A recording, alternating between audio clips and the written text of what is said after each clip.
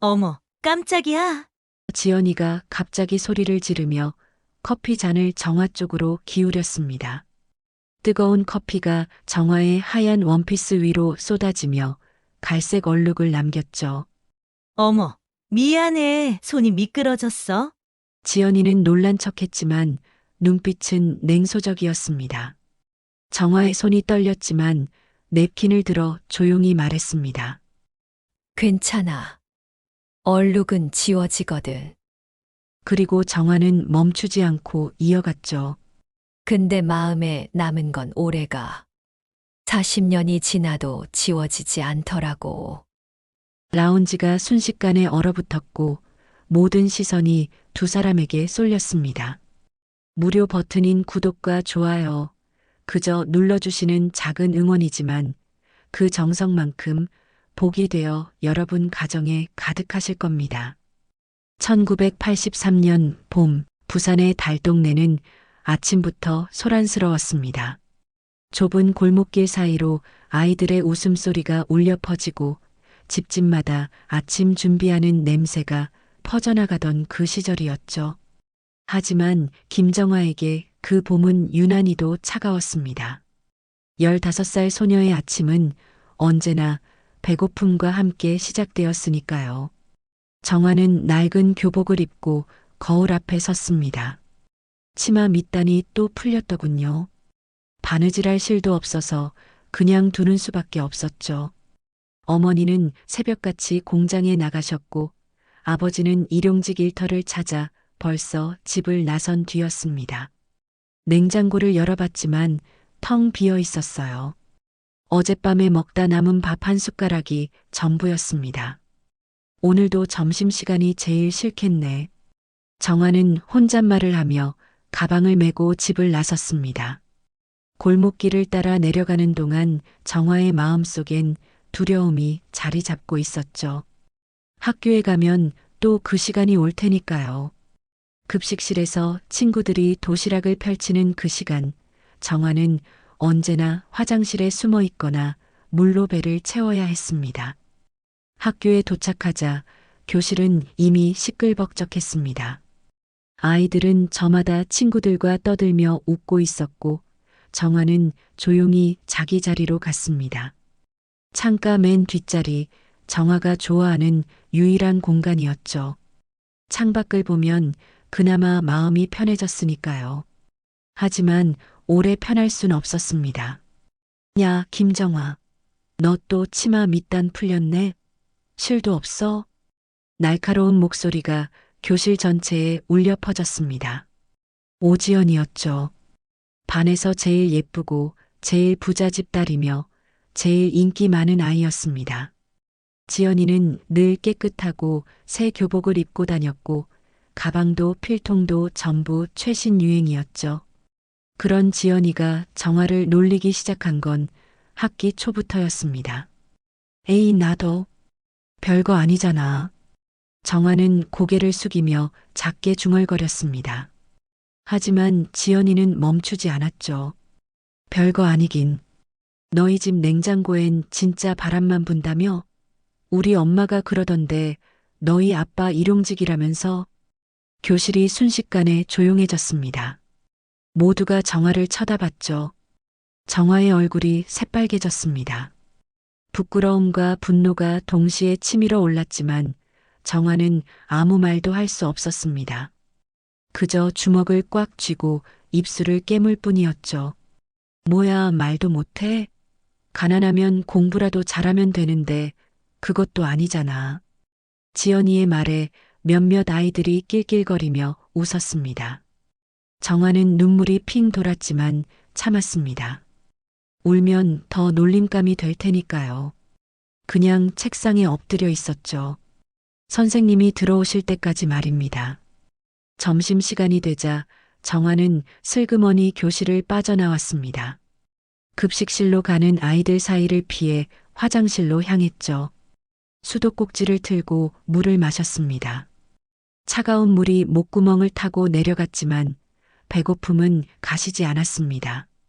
거울 속 정화의 얼굴은 창백했고 눈가엔 다크서클이 내려앉아 있었습니다. 이렇게 살 순 없어. 언젠가는 꼭 달라질 거야. 정화는 자신에게 다짐했습니다. 하지만 현실은 냉혹했죠. 집에 돌아가면 또 냉장고엔 아무것도 없을 테고 내일 아침에도 똑같은 하루가 반복될 겁니다. 방과 후 정화는 집으로 돌아가는 길에 시장 골목을 지나갔습니다. 생선 굽는 냄새, 떡볶이 냄새, 튀김 냄새가 코를 자극했죠. 정화는 발걸음을 빨리하며 그 골목을 벗어났습니다. 배가 고플수록 냄새는 더 고통스러웠으니까요. 집에 도착하니 어머니가 먼저 와 계셨습니다. 피곤한 얼굴로 부엌에 앉아 계셨죠. 엄마, 저 왔어요. 그래, 배고프지? 밥은 좀 있으니까 조금만 기다려. 어머니는 쌀독을 열어 남은 쌀을 꺼내셨습니다. 손바닥에 올려놓으니 한 줌도 안 되더군요.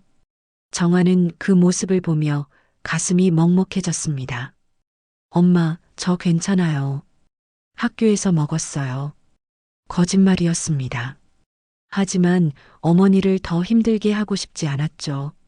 어머니는 정화를 물끄러미 쳐다보시다가 고개를 끄덕이셨습니다.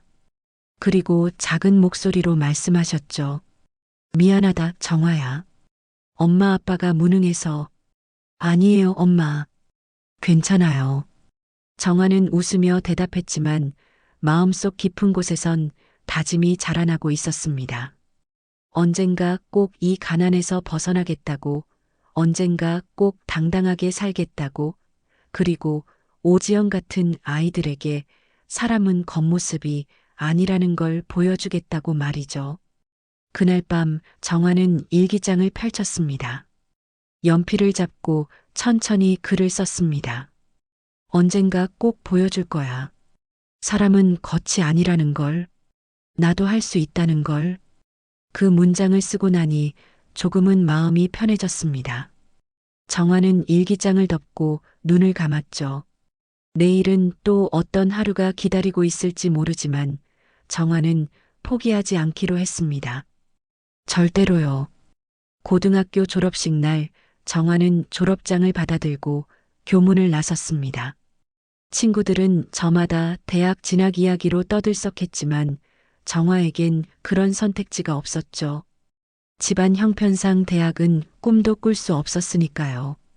정화는 졸업장을 가방에 넣으며 혼잣말을 했습니다. 이제부턴 내 힘으로 살아야지. 누구한테도 손 벌리지 않고. 다음 날 정화는 서울행 고속버스에 몸을 실었습니다. 부산을 떠나는 건 쉽지 않았지만 더 나은 기회를 찾으려면 서울로 가야 한다고 생각했죠. 버스가 출발하자 창밖으로 고향이 점점 멀어졌습니다. 정화는 작게 중얼거렸습니다. 다시 돌아올 땐 꼭 달라진 모습으로 올 거야. 서울에 도착한 정화는 구로공단 근처 쪽방을 얻었습니다. 방세가 제일 싼 곳이었죠. 방은 좁았고 햇빛도 잘 들지 않았지만 정화에겐 충분했습니다. 짐을 풀고 나서 바로 일자리를 찾아 나섰죠.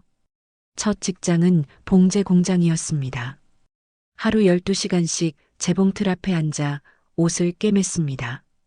손가락이 부르트고 허리가 끊어질 것 같았지만 정화는 이를 악물고 버텼죠.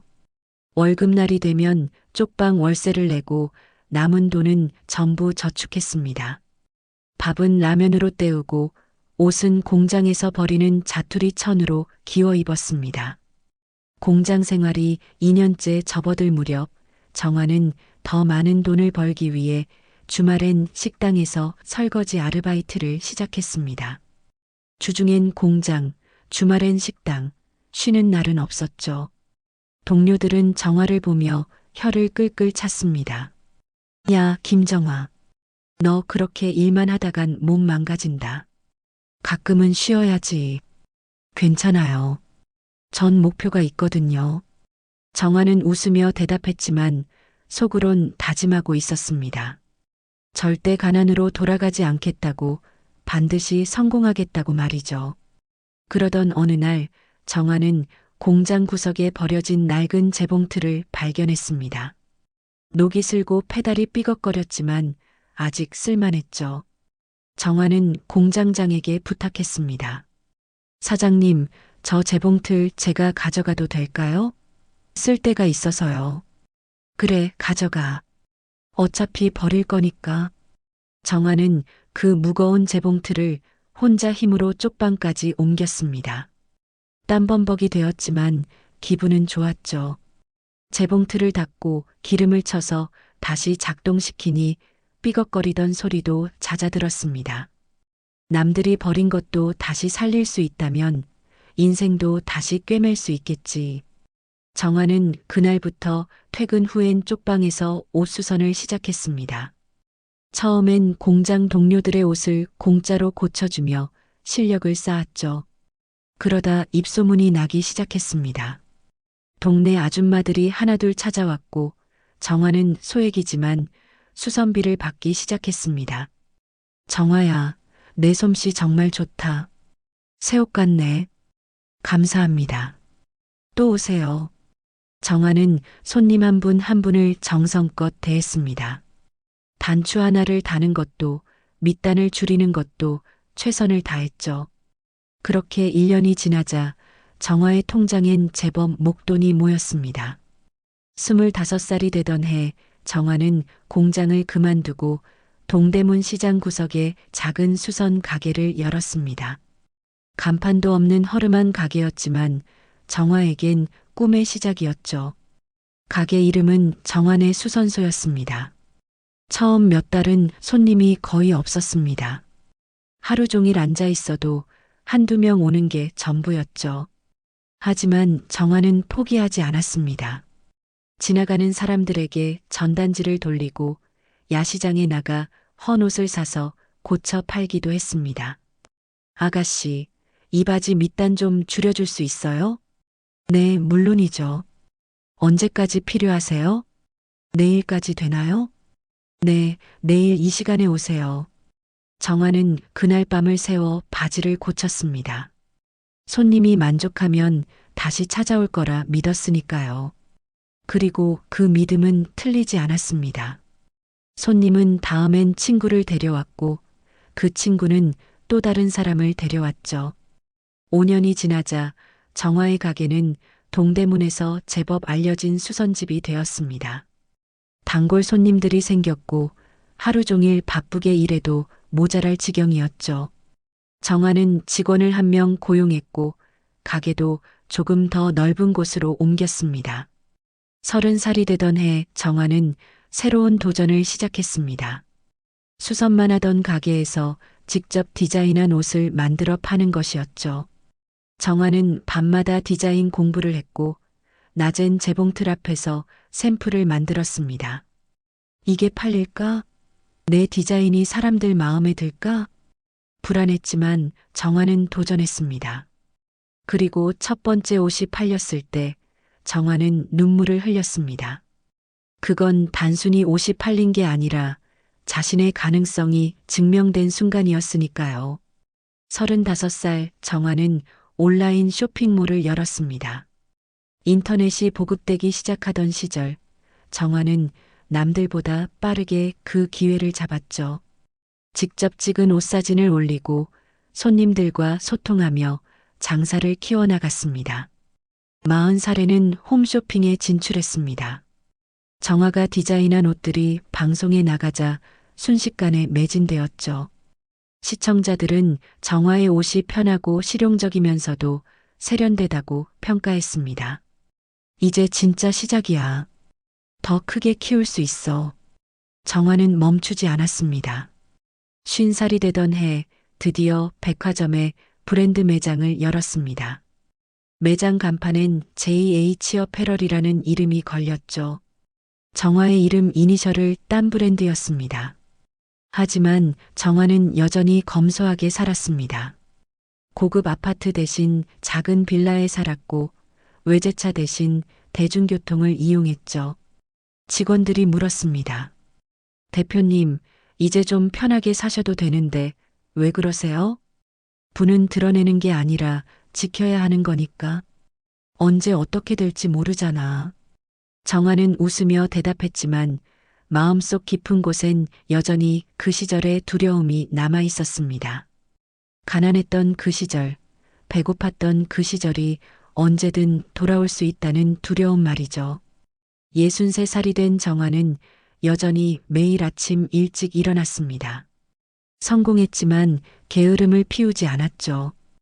회사 사무실에 출근해서 직원들과 회의하고 새로운 디자인을 검토하는 게 정화의 일상이었습니다. 그렇게 평범한 어느 날 아침 정화의 휴대폰이 울렸습니다. 여보세요? 정화야? 나 지연이야.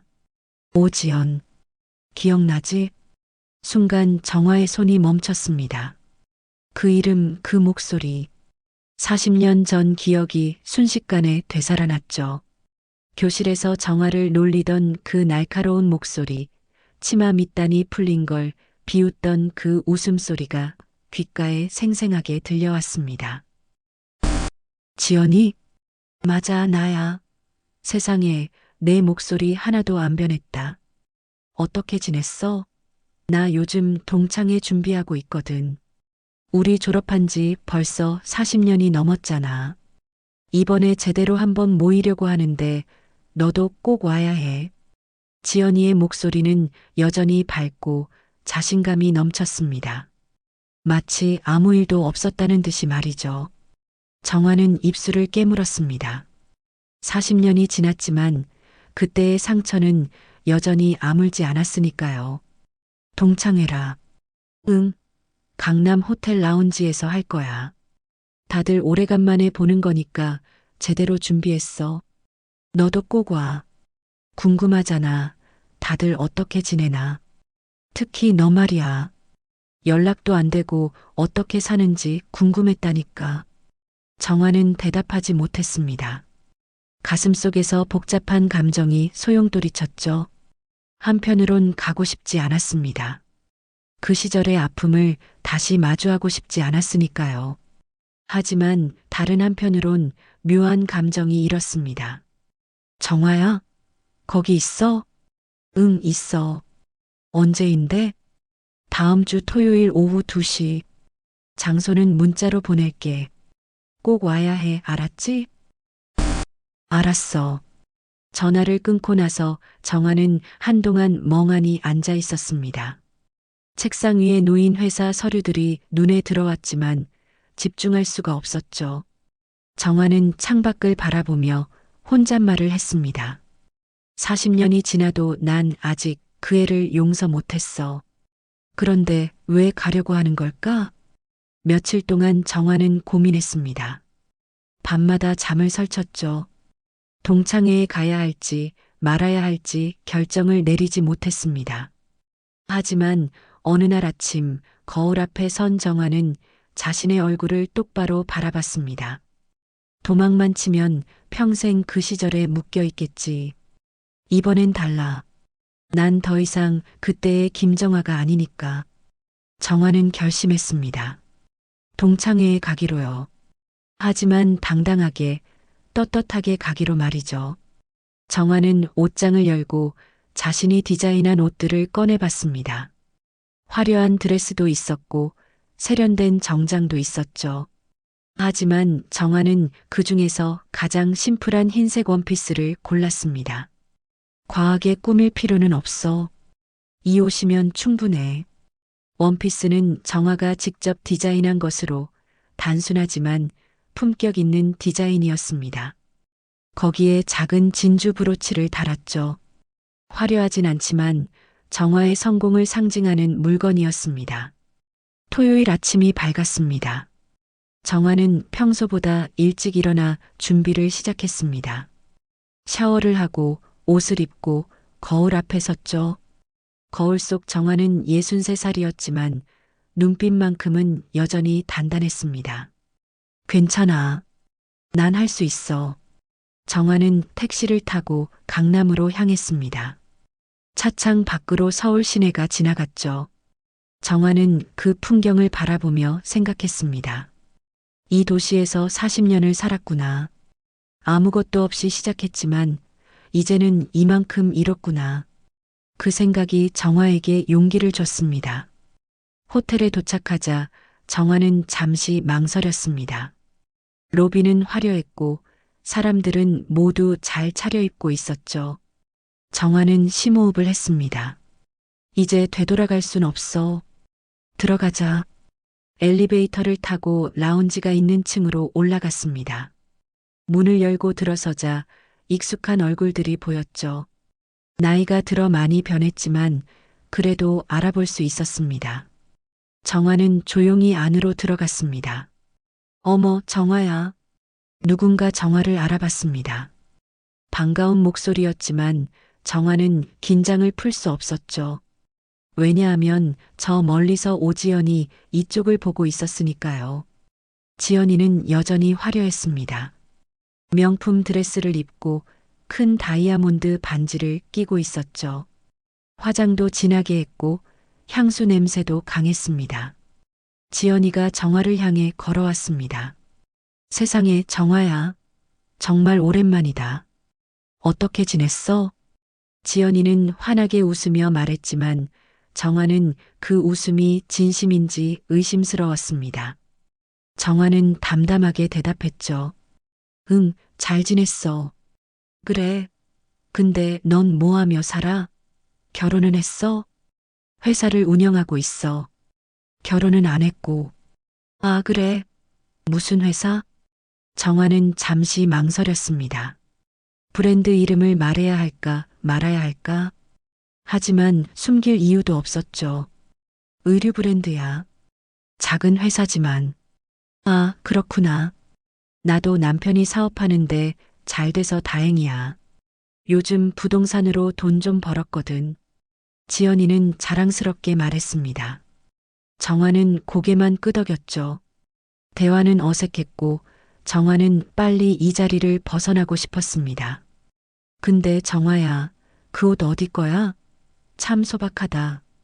지연이가 정화의 옷을 훑어보며 말했습니다. 그 말투엔 여전히 그때의 그 느낌이 남아 있었죠. 정화는 작게 웃으며 대답했습니다. 내가 만든 거야.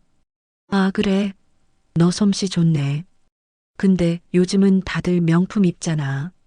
유행 같은 거 신경 안 써? 유행은 돌고 도는 거니까. 정화는 차분하게 대답했지만 마음속으론 이미 알고 있었습니다. 이 자리가 결코 편하지 않을 거라는 걸 말이죠. 동창회는 본격적으로 시작되었습니다. 라운지 한쪽에 차려진 뷔페 테이블엔 각종 음식과 음료가 준비되어 있었고 동창들은 삼삼오오 모여 옛날 이야기를 나누고 있었죠. 정화는 구석 자리에 조용히 앉아 차를 마시며 분위기를 살폈습니다. 정화야, 여기 앉아. 옛 친구 한 명이 다가와 말을 건넸습니다. 정화는 고개를 끄덕이며 자리를 옮겼죠. 그 친구는 정화를 반갑게 맞아줬습니다. 너 정말 오랜만이다. 연락도 안 되고 어디 사는지도 몰랐잖아. 어떻게 지냈어? 응, 서울에서 일하면서 살았어. 바쁘게 지냈지. 그래, 나도 서울인데 진작 연락할 걸 그랬네. 대화는 자연스럽게 이어졌습니다. 정화는 조금씩 긴장이 풀리기 시작했죠. 모두가 지연이처럼 불편한 건 아니었으니까요. 하지만 그 평화는 오래가지 않았습니다. 여러분, 잠깐만요. 제가 준비한 게 있어요. 지연이가 일어서며 큰 목소리로 말했습니다. 모두의 시선이 지연이에게 쏠렸죠. 지연이는 준비해온 사진 앨범을 꺼내 들었습니다. 우리 졸업 앨범 가져왔어요. 다들 옛날 사진 보면서 추억 얘기 좀 해요. 사람들이 웃으며 지연이 주변으로 모여들었습니다. 정화도 자리에서 일어나 뒤쪽에서 지켜봤죠. 앨범 페이지가 넘어갈 때마다 사람들은 감탄사를 내뱉었습니다. 어머, 이거 봐. 우리 진짜 어렸다. 맞아. 교복 입은 모습 보니까 신기하네. 그때 지연이가 특정 페이지에서 멈췄습니다. 그리고 정화를 힐끗 쳐다보더니 말했죠. 어머, 정화야. 너 여기 나왔네? 그때 치마 밑단이 풀어져 있던 거 기억나? 라운지가 순간 조용해졌습니다. 사람들이 정화를 돌아봤죠. 정화는 얼굴이 굳었지만 애써 웃으며 대답했습니다. 그랬나? 오래전 일이라 잘 기억 안 나네. 아, 기억 안 나? 난 또렷하게 기억하는데. 그때 내가 얼마나 힘들게 다녔는지 말이야. 지연이의 말투엔 동정이 섞여 있었지만 정화는 그게 진짜 동정이 아니라는 걸 알았습니다. 그건 우월감을 드러내기 위한 가식이었죠. 정화는 더 이상 대답하지 않고 자리로 돌아갔습니다. 잠시 후 웨이터가 커피와 차를 나눠주기 시작했습니다. 정화는 차를 주문했고 앞에 놓인 잔을 바라보며 마음을 진정시켰습니다. 이미 후회가 밀려오고 있었죠. 왜 여기 왔을까? 그냥 안 올 걸 그랬나? 하지만 이미 늦었습니다. 정화야, 커피 안 마셔? 차만 마시네. 지연이가 다가와 정화 옆에 앉았습니다. 손엔 뜨거운 커피 잔을 들고 있었죠. 정화는 고개를 끄덕이며 대답했습니다. 응, 난 차가 더 좋아서. 아, 그래. 커피는 비싸서 안 마셨던 거 아니야? 예전엔 그랬잖아. 지연이의 말에 정화는 잠시 말문이 막혔습니다. 또다시 그 시절 얘기였죠. 정화는 참을성 있게 대답했습니다. 지연아, 그건 40년 전 일이야. 지금은 아니고. 알아.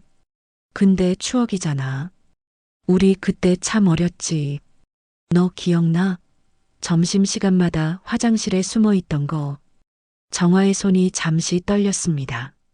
지연이는 계속해서 옛날 이야기를 꺼냈죠. 마치 정화를 시험하는 듯 했습니다. 정화는 더 이상 참을 수 없었습니다. 지연아, 그만하자. 그 얘긴 이제 그만해도 되지 않을까? 어머, 왜? 기분 나빠? 미안, 난 그냥 옛날 생각나서 그런 건데. 지연이는 미안하다고 말했지만 표정엔 미안함이 전혀 없었습니다. 오히려 즐기고 있는 것처럼 보였죠. 정화는 자리에서 일어나려고 했습니다. 하지만 그 순간이었습니다. 아, 깜짝이야. 지연이가 갑자기 소리를 지르며 손에 들고 있던 커피 잔을 정화 쪽으로 기울였습니다. 뜨거운 커피가 정화의 흰 원피스 위로 쏟아졌죠. 갈색 액체가 천천히 번지며 하얀 천에 얼룩을 남겼습니다. 어머, 미안해. 손이 미끄러졌어. 정말 미안해, 정화야. 지연이는 놀란 척했지만 정화는 알고 있었습니다. 이건 실수가 아니라는 걸 말이죠. 주변 사람들이 웅성거리기 시작했습니다. 괜찮아? 옷에 커피가 다 묻었네. 어떻게, 흰 옷인데. 정화는 천천히 고개를 들어 지연이를 바라봤습니다. 지연이는 여전히 미안한 표정을 짓고 있었지만 눈빛은 냉소적이었죠. 정화는 냅킨을 들어 옷을 닦기 시작했습니다. 손이 떨렸지만 정화는 침착함을 유지했습니다. 괜찮아. 얼룩은 지워지거든. 정화는 조용히 말했습니다. 하지만 멈추지 않았죠. 계속해서 말을 이었습니다. 근데 마음에 남은 건 오래가. 40년이 지나도 지워지지 않더라고. 라운지가 조용해졌습니다. 사람들은 정화와 지연이를 번갈아 쳐다봤죠. 지연이의 얼굴이 굳었습니다. 무슨 말이야, 그게? 넌 알 거야. 내가 나한테 뭘 했는지 말이야. 정화는 더 이상 참지 않았습니다. 40년 동안 삼켜왔던 말들이 터져나왔죠. 넌 나를 가난하다고 놀렸어. 치마 밑단 풀어진 걸 비웃고 점심 못 먹는 걸 조롱했지. 그게 얼마나 아픈지 넌 몰랐을 거야. 아니, 알면서도 즐겼겠지. 지연이는 당황한 표정을 지었습니다. 주변 사람들도 숨을 죽이고 지켜봤죠. 정화야, 그건 장난이었다고? 어렸다고? 그래, 어렸지. 근데 난 그게 장난이 아니었어. 매일 학교 가는 게 지옥이었거든. 정화의 목소리는 떨렸지만 단호했습니다. 더 이상 과거의 정화가 아니었죠. 지연이는 할 말을 잃었습니다. 정화는 가방을 들고 자리에서 일어났습니다. 옷엔 여전히 커피 얼룩이 남아 있었지만 정화는 신경 쓰지 않았습니다. 오히려 당당했죠. 미안하지만 난 먼저 갈게. 다들 좋은 시간 보내. 정화는 라운지를 나섰습니다. 뒤에서 웅성거리는 소리가 들렸지만 돌아보지 않았죠. 엘리베이터를 타고 내려가는 동안 정화는 거울 속 자신을 바라봤습니다. 얼룩진 옷을 입고 있었지만 표정만큼은 밝았습니다. 이제 끝이야. 더 이상 그 애한테 휘둘리지 않을 거야. 정화가 라운지를 나서려는 순간 뒤에서 누군가 소리쳤습니다. 정화야, 잠깐만. 정화는 걸음을 멈췄습니다. 돌아보니 옛 친구 한 명이 급히 따라오고 있었죠. 숨을 헐떡이며 정화 앞에 선 친구는 미안한 표정을 지었습니다. 미안해. 지연이가 너무했어. 그냥 가지 마. 계산은 해야 하잖아. 계산? 응, 라운지 이용료랑 다과비. 1인당 나눠서 내기로 했거든. 정화는 고개를 끄덕였습니다. 그렇죠. 이런 자리엔 비용이 들기 마련이니까요. 정화는 다시 라운지로 돌아갔습니다. 이번엔 당당하게 문을 열고 들어섰죠. 라운지 안은 여전히 웅성거렸습니다. 정화가 들어서자 몇몇 사람들이 눈길을 주었지만 정화는 신경 쓰지 않았습니다. 지연이는 자리에 앉아 다른 친구들과 대화하는 척했지만 표정이 굳어 있었죠. 잠시 후 웨이터가 계산서를 가져왔습니다. 총 금액을 참석 인원으로 나눈 금액이 적혀 있었죠. 사람들이 하나둘 카드를 꺼내기 시작했습니다. 정화도 가방에서 지갑을 꺼냈습니다. 제 것도 계산해 주세요. 정화는 카드를 웨이터에게 건넸습니다. 웨이터는 카드를 받아들고 결제 단말기에 넣었죠. 그런데 그때 옆자리에 앉아있던 동창 한 명이 정화의 카드를 힐끗 보더니 눈이 커졌습니다.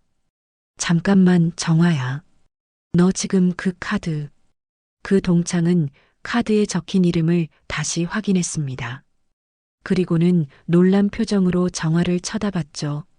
JH 어페럴 대표 김정화? 이거 진짜야? 순간 라운지가 조용해졌습니다. 모두의 시선이 정화에게 쏠렸죠. 정화는 담담하게 고개를 끄덕였습니다. 응, 맞아. 잠깐만, JH 어페럴이면 백화점에 들어간 그 브랜드 아냐? 우리 와이프가 거기 옷 엄청 좋아하는데. 다른 동창이 끼어들었습니다. 그러자 여기저기서 웅성거리는 소리가 커졌죠. 헐, 진짜? 그 브랜드 대표가 정화였어?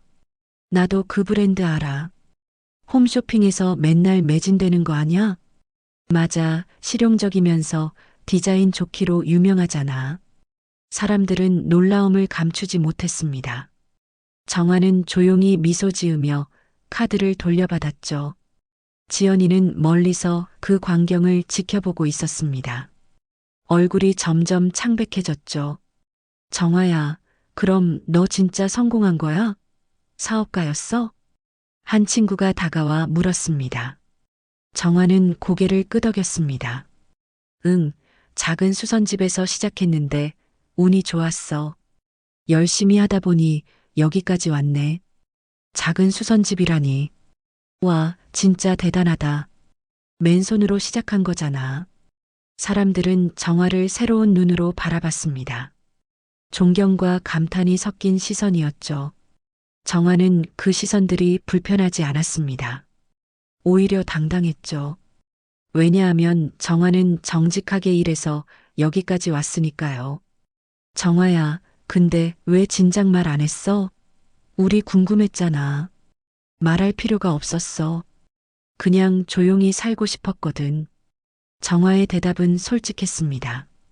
정화는 자신의 성공을 자랑하려고 여기 온 게 아니었으니까요.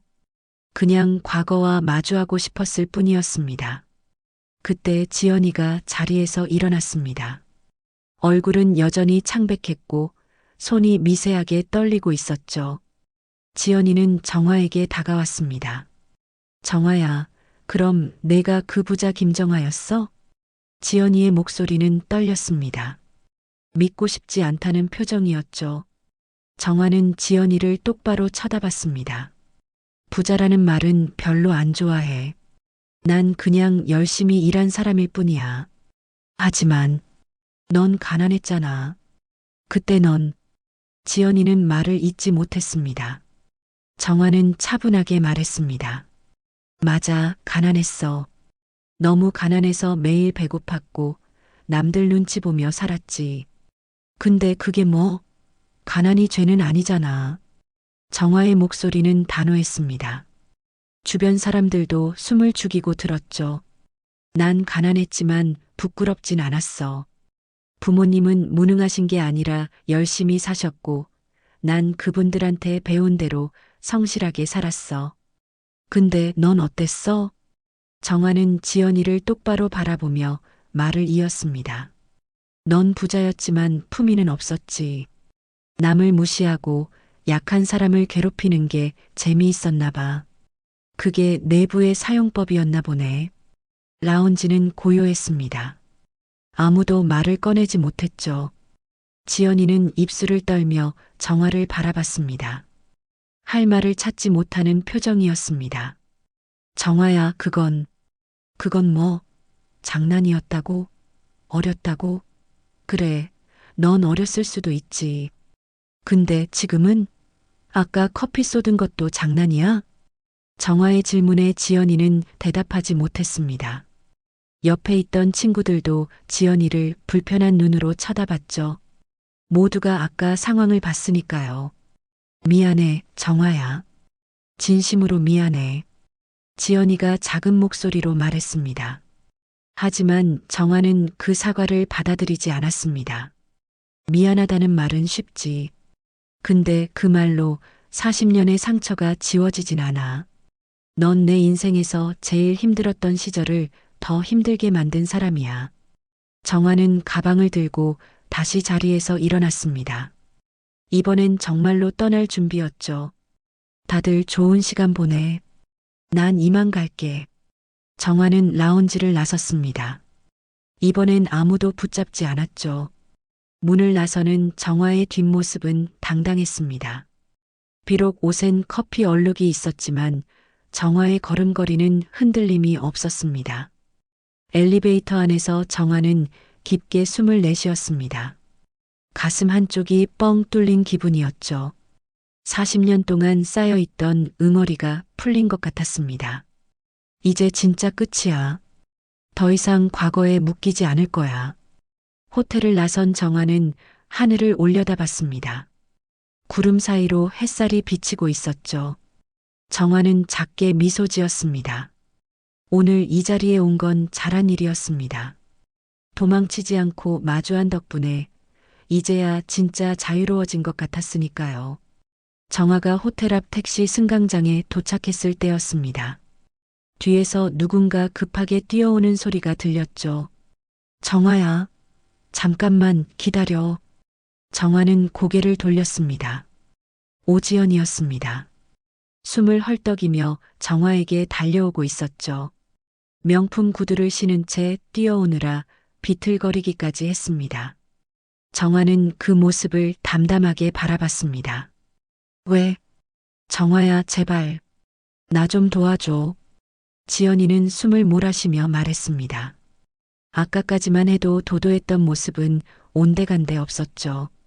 얼굴엔 절박함이 가득했습니다. 도와달라고? 무슨 일인데? 정화는 차갑게 물었습니다. 지연이는 주위를 둘러보더니 정화의 팔을 잡았습니다. 여기서 말하긴 그러니까 저기 카페 가자. 응? 제발. 정화는 잠시 망설였습니다. 가야 할 이유도 없었죠. 하지만 묘한 호기심이 생겼습니다. 도대체 무슨 일이길래 저렇게까지 나올까? 정화는 고개를 끄덕였습니다. 알았어. 가보자. 두 사람은 호텔 근처 카페로 향했습니다. 조용한 구석 자리에 앉자 지연이는 주문도 하지 않고 바로 말을 꺼냈습니다. 정화야, 나 지금 정말 큰일 났어. 남편 사업이 완전히 망했거든. 사업이 망했다고? 응. 부동산 투자하다가 다 날렸어. 아니, 날린 정도가 아니라 빚이 생겼어. 엄청난 빚이. 지연이의 목소리는 떨렸습니다. 손도 부들부들 떨리고 있었죠. 정화는 아무 말 없이 지연이를 바라봤습니다. 얼마나? 수십억? 거의 50억 가까이 돼. 집도 다 압류당했고 차도 다 뺏겼어. 지금 빚쟁이들한테 쫓기고 있어. 정화는 놀랐지만 표정을 감췄습니다. 50억이라는 금액은 결코 작은 돈이 아니었으니까요. 그래서 너한테 부탁하려고. 정화야, 제발 나 좀 도와줘. 내가 성공했잖아. 회사도 잘 되고 있다며. 나한테 돈 좀 빌려줘. 아니, 빌리는 것도 아니야. 투자라고 생각해줘. 내가 꼭 갚을게.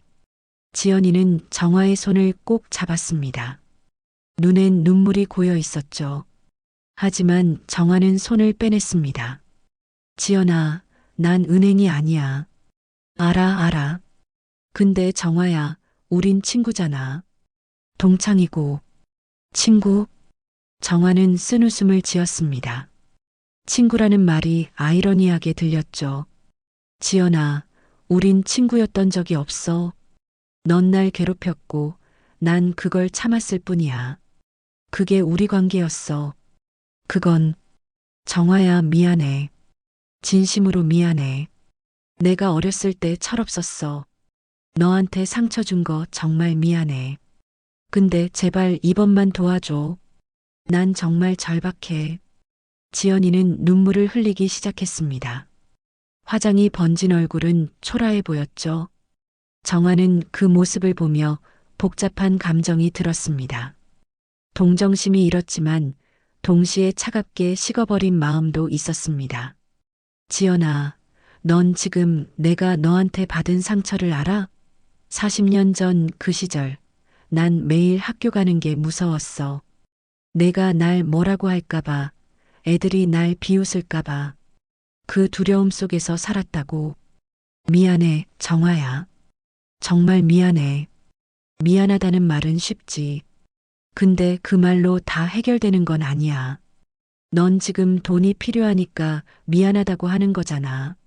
만약 내가 성공하지 못했다면 오늘 동창회에서 나한테 사과했을 것 같아?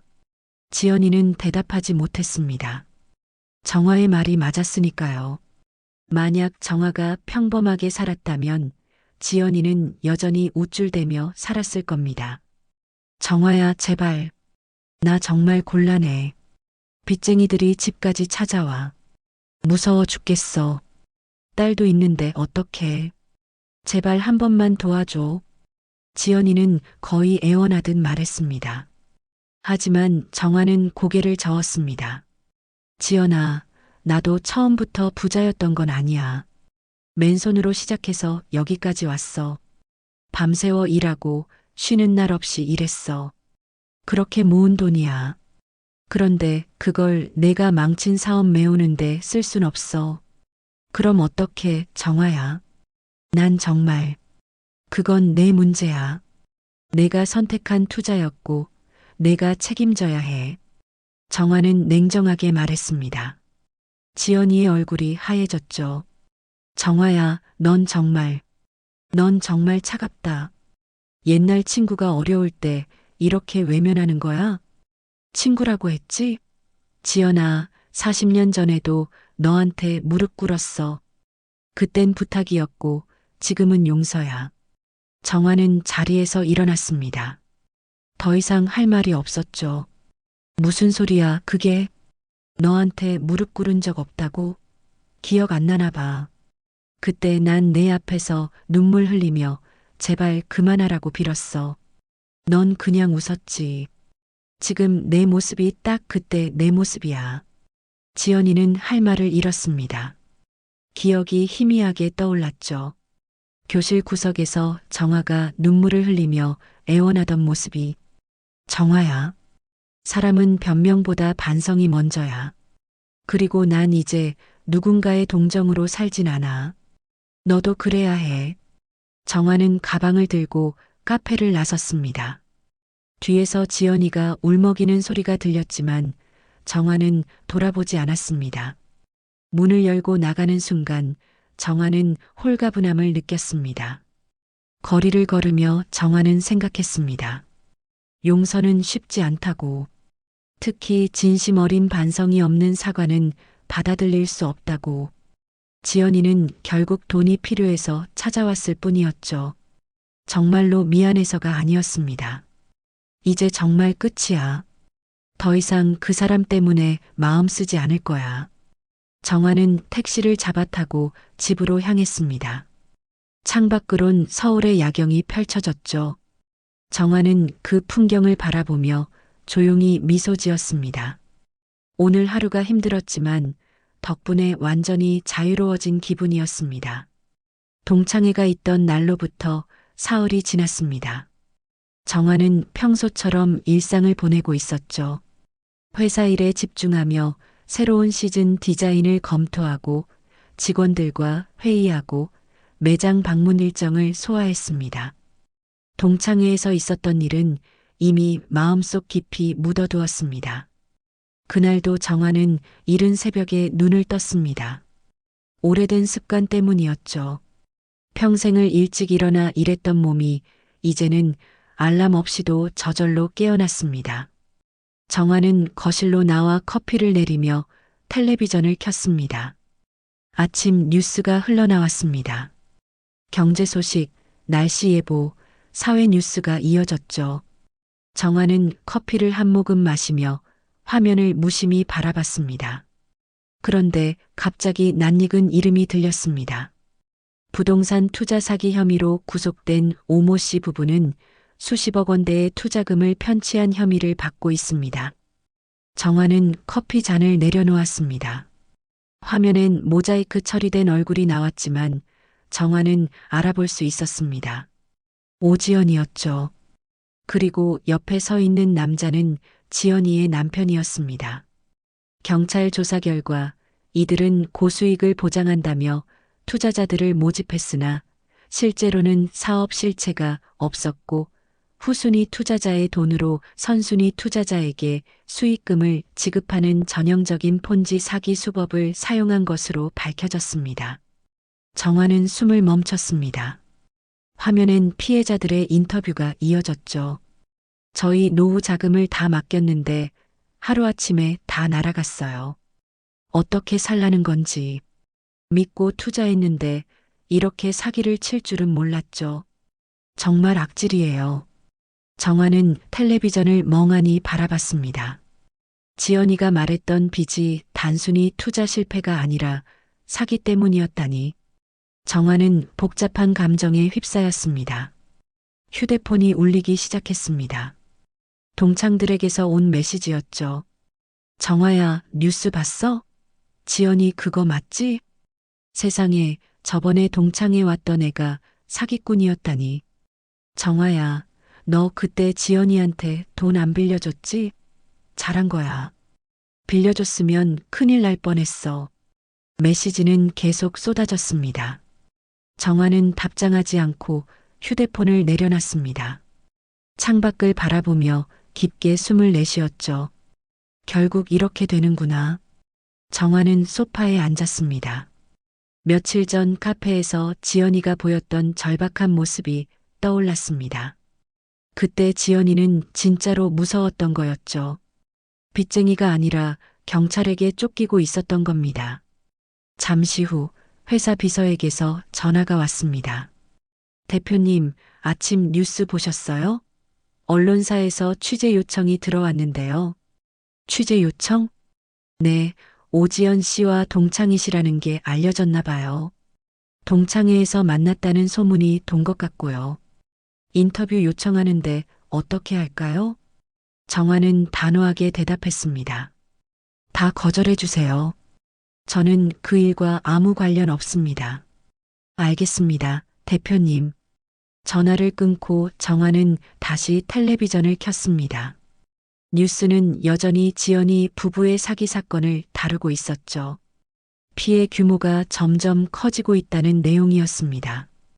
피해자가 약 30여 명에 달하며 총 피해액은 50억 원이 넘는 것으로 추정됩니다. 경찰은 추가 피해자가 더 있을 것으로 보고 수사를 확대하고 있습니다. 정화는 텔레비전을 껐습니다. 더 이상 보고 싶지 않았죠. 커피는 이미 식어 있었지만 정화는 한 모금 더 마셨습니다. 쓴맛이 입안에 퍼졌습니다. 회사에 출근하자 직원들이 조심스럽게 정화를 대했습니다. 모두 뉴스를 봤을 테니까요.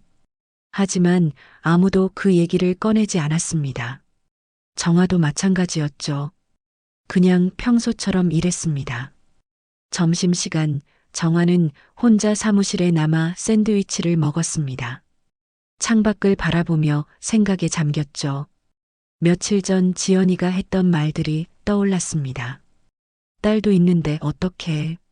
정화는 한숨을 쉬었습니다. 지연이의 딸은 죄가 없을 텐데 부모 때문에 얼마나 힘들까. 그 생각을 하니 마음이 무거워졌습니다. 오후에 또 다른 동창에게서 전화가 왔습니다. 정화야, 나야. 너 괜찮아? 뉴스 보니까 충격적이더라. 응, 괜찮아. 지연이가 너한테 돈 빌려달라고 했다는 소문 들었어. 사실이야? 정화는 잠시 망설이다가 대답했습니다. 응, 그랬어. 헐, 진짜? 그럼 너 거절한 거야? 응. 잘했다. 빌려줬으면 너도 피해자 됐을 거야. 정화야, 넌 정말 똑똑해. 전화를 끊고 정화는 씁쓸하게 웃었습니다. 똑똑해서가 아니었습니다. 그냥 용서할 수 없었을 뿐이었죠. 하지만 이렇게 될 줄은 몰랐습니다. 저녁이 되어 집에 돌아온 정화는 소파에 앉아 뉴스를 다시 찾아봤습니다. 포털 사이트엔 지연이 부부의 기사가 메인에 떠 있었죠. 댓글엔 비난이 쏟아지고 있었습니다. 사기꾼은 무조건 중형 선고해야 한다. 피해자들 불쌍해. 노후 자금 다 날렸다니. 이런 인간들은 감옥에서 평생 살아야 한다. 정화는 댓글창을 닫았습니다. 더 이상 보고 싶지 않았습니다. 창밖을 바라보며 정화는 혼잣말을 했습니다. 결국 인생은 다 돌고 오는구나. 지연이가 나한테 했던 것처럼 지금은 세상이 지연이한테 그러고 있네. 정화는 자리에서 일어나 침실로 향했습니다. 오늘 하루가 유난히 길게 느껴졌죠. 침대에 누워 눈을 감으며 정화는 생각했습니다. 나는 용서하지 못했지만 이런 식으로 끝나길 바란 건 아니었는데. 복잡한 감정 속에서 정화는 잠이 들었습니다. 꿈속에서 정화는 다시 15살 소녀가 되어 있었습니다. 교복 밑단이 풀어진 채 교실을 걷고 있었죠. 하지만 이번엔 두렵지 않았습니다. 당당하게 고개를 들고 걸었습니다. 일주일이 지났습니다. 지연이의 사건은 언론에서 조금씩 잊혀져 갔고 정화의 일상도 평온을 되찾았습니다. 하지만 정화의 마음 한구석엔 여전히 무언가 남아 있었죠. 완전히 정리되지 않은 감정 같은 것이었습니다. 토요일 아침 정화는 회사 매장을 방문하기로 했습니다. 백화점 매장은 주말이라 사람들로 붐볐죠. 정화는 매니저와 함께 매장을 둘러보며 진열 상태를 점검했습니다. 대표님, 이번 시즌 신상품 반응이 아주 좋습니다. 특히 이 원피스 라인이 인기예요. 매니저가 흰색 원피스를 가리키며 말했습니다. 정화는 그 원피스를 바라봤습니다. 동창회 날 입었던 그 디자인이었죠. 커피 얼룩이 묻었던 바로 그 옷이었습니다. 이 옷 하나 가져다 줄래요? 네, 대표님. 매니저는 원피스를 가져왔습니다. 정화는 옷을 받아들고 천천히 살펴봤습니다. 깨끗하고 새하얀 천에는 아무런 얼룩도 없었죠. 정화는 작게 미소 지었습니다. 이 옷 본사로 가져갈게요. 네, 알겠습니다. 정화는 원피스를 들고 회사로 돌아왔습니다. 사무실에 도착해서 옷을 걸어두고 한참을 바라봤죠. 그 하얀 천을 보고 있자니 여러 생각이 들었습니다. 얼룩은 지워졌지만 기억은 남았네. 정화는 혼잣말을 했습니다. 동창의 날의 일들이 주마등처럼 스쳐 지나갔죠. 지연이가 커피를 쏟았던 순간, 사람들 앞에서 진실이 드러났던 순간, 그리고 지연이가 무릎 꿇듯 애원하던 순간까지 직원 한 명이 사무실 문을 두드렸습니다. 대표님, 이 원피스 쇼윈도에 진열할까요? 정화는 고개를 저었습니다. 아니요, 이건 제가 보관할 거예요. 네, 알겠습니다. 직원이 나가고 정화는 다시 원피스를 바라봤습니다. 이 옷은 단순한 옷이 아니었습니다. 정화의 인생이 담긴 상징 같은 것이었죠. 가난했던 과거, 열심히 일했던 시간들, 그리고 당당하게 맞섰던 용기까지. 이 옷은 내가 이겨낸 증거야. 정화는 원피스를 조심스럽게 접어 사무실 장식장에 넣었습니다. 유리문 너머로 보이는 흰 옷은 마치 작은 승리의 깃발처럼 느껴졌죠. 며칠 후 정화는 평소처럼 출근 준비를 하고 있었습니다.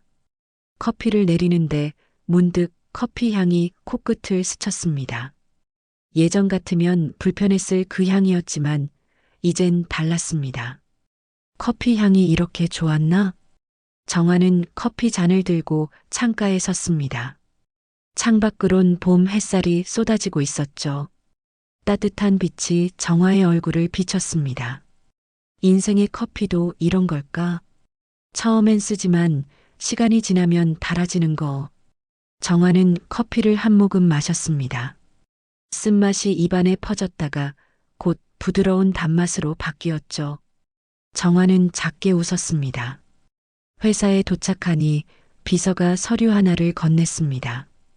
대표님, 장학재단 설립 관련 서류입니다. 검토 부탁드립니다. 정화는 서류를 받아들었습니다. 몇 달 전부터 준비하던 일이었죠. 가난한 학생들을 돕는 장학재단을 만들기로 한 겁니다. 이름은 정했어요? 대표님께서 원하시는 대로 지으시면 됩니다. 정화는 잠시 생각했습니다. 그리고 펜을 들어 적었습니다. 희망 나눔 장학재단. 이걸로 하죠. 좋은 이름입니다, 대표님. 정화는 서류에 서명했습니다. 이 재단을 통해 예전에 정화 같은 아이들이 꿈을 포기하지 않았으면 했습니다. 가난이 꿈의 끝이 아니라는 걸 보여주고 싶었죠.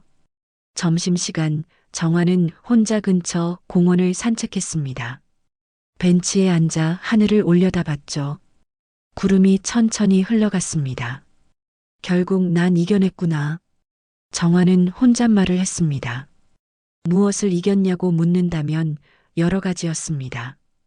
가난을 이겼고, 편견을 이겼고, 무엇보다 자신의 두려움을 이겼습니다. 휴대폰이 울렸습니다. 동창 한 명에게서 온 메시지였죠.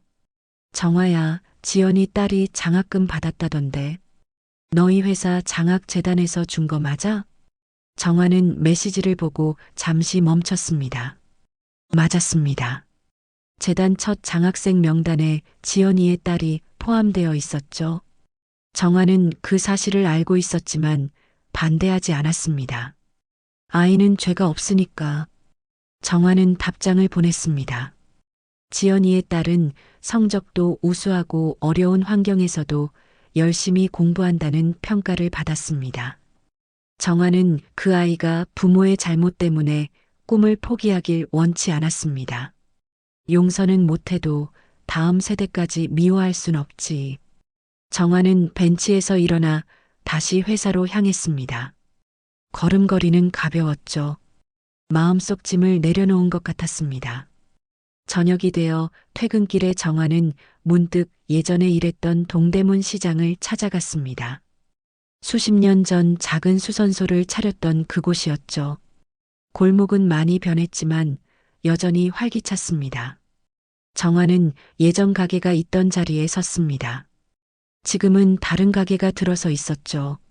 하지만 정화의 기억 속엔 여전히 그 작은 수선소가 있었습니다.